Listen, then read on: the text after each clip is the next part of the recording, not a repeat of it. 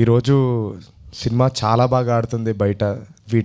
దీనికి కారణమైన మా డైరెక్టర్ గారి నుంచి మాట్లాడాలి. అందరూ అంకిత్ క్యారెక్టర్ అయిందేమో, చౌదరి గారి క్యారెక్టర్ అయిందేమో, నా క్యారెక్టర్ అయిందేమో అనుకుంటున్నారు. అన్ని క్యారెక్టర్లు ఆయనవే. దాంతోపాటు ఆటగాడి క్యారెక్టర్ కూడా ముసలైన తర్వాత ఆయనే. So sir, so thank you so much sir.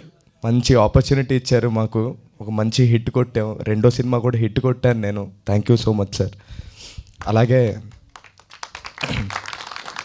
అలాగే అంకిత్ ఇంకా చౌదరి అండి. నేను ఆ రోజు కూడా ఇక్కడే నుంచొని చెప్పాను, వాళ్ళిద్దరు పిల్లర్స్ అంటారు ఈ సినిమాకి. మంచిగా వాళ్ళు ఉన్నారు కాబట్టే ఈ సినిమా ఈరోజు ఇంత ముందుకెళ్ళింది. Thank you so much, thank you so much.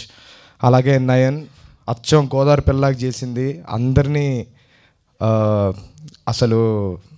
అస్సలు అనిపించలేదు వేరే ఏదో భాష అమ్మాయిలాగా, అచ్చం గోదావరి అమ్మాయిలాగానే ఉంది. Thank you so much Nayan. And Vasu గారు చాలా కష్టపడ్డారు. ఎప్పుడదే చెప్తున్నాను, ఈ సినిమా పైన ఎడిటింగ్ కావచ్చు, ఇందాక చెప్పినట్టు అజయ్ గారు ఎక్కడో మణికొండలో ఉంటే అక్కడ దాకా రోజు వెళ్ళడం, నన్ను కూడా సాగుకొట్టారు అక్కడికి రండి ఇక్కడికి రండి అని.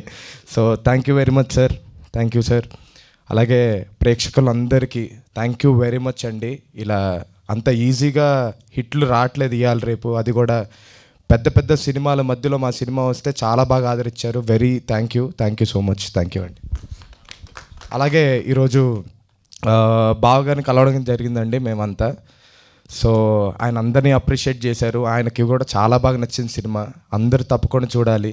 థ్యాంక్ యూ బావా, థ్యాంక్ యూ సో మచ్. అంతే అండి, thank you so much. And ఈ సక్సెస్ ఇలానే కంటిన్యూ అయ్యి మీరు హ్యాట్రిక్ కూడా అందుకుంటారు. సో ఆ సౌండ్ కూడా విందాం మనం అతి తొందరలో.